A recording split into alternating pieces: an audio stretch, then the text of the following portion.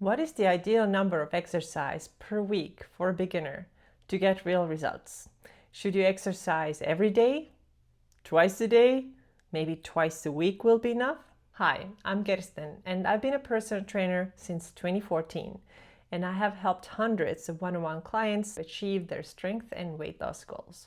Today's video is about workout frequency and I'm going to share with you what actually works for a beginner and how to get started.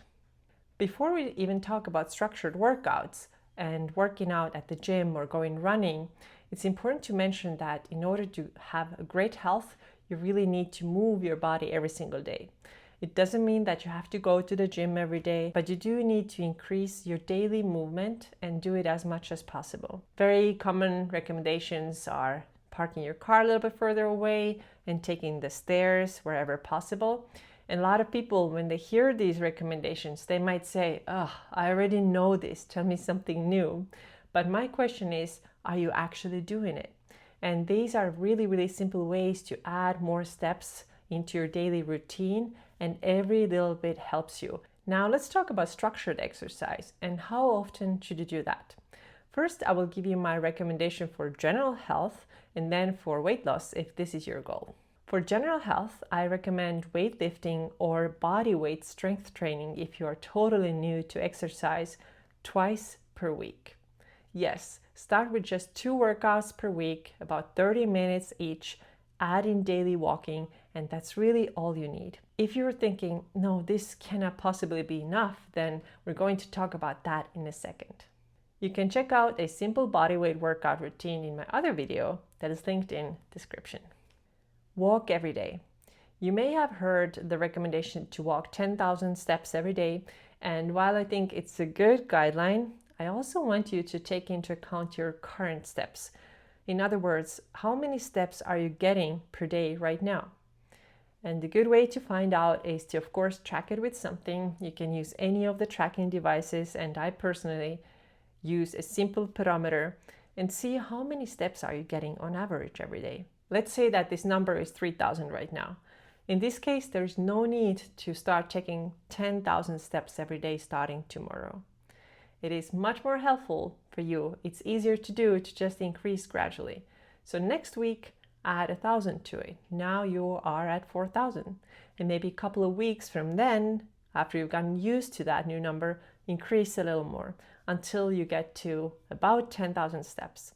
And I also want to say that these 10,000 is not some kind of rigid, hard rule that everybody has to follow all the time.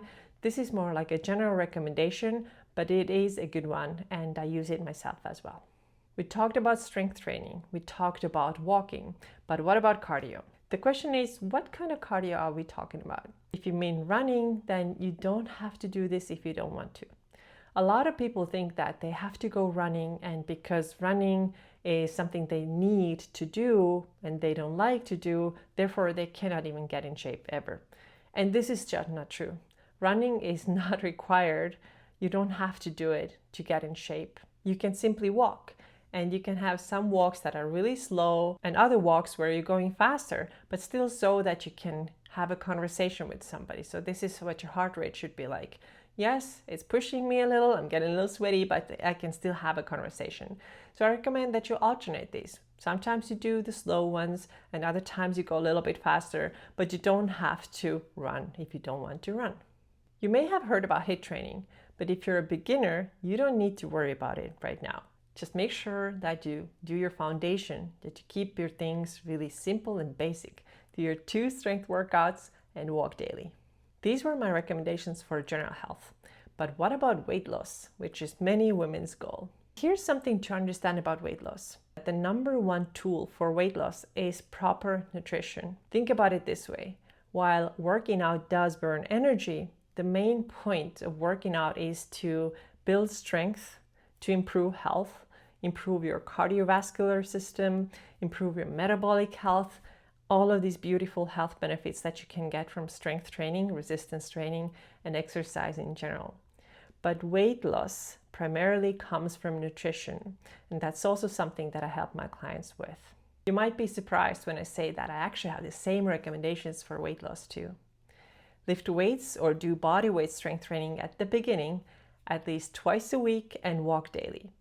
And if that feels like it cannot possibly be enough, then I want you to know that if you're new, this is totally enough if your workouts are good quality. You can check out my free workout guide that is meant for complete beginners.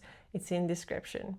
This body weight guide has 3 workouts per week. It is totally doable at home. And even though it has 3 workouts in there, you can do just 2 your first week, maybe the second week too. And then you're gonna add the 3rd workout when you feel like you've gotten to the routine and you have the time and readiness to do the 3rd one as well. So start with 2 strength training workouts per week, and remember that you can always add more later. What's more important is that you get into the habit of doing these 2 workouts consistently every week. If you've stayed on track with that for a couple of weeks, then you can add in the next one. And this is really all you need. I'm a pretty advanced weightlifter myself, and I work out 3 days per week too. I don't do more than that. Occasionally, I might do a 4th one, but this is absolutely not every week. Most of the time it's 3 per week.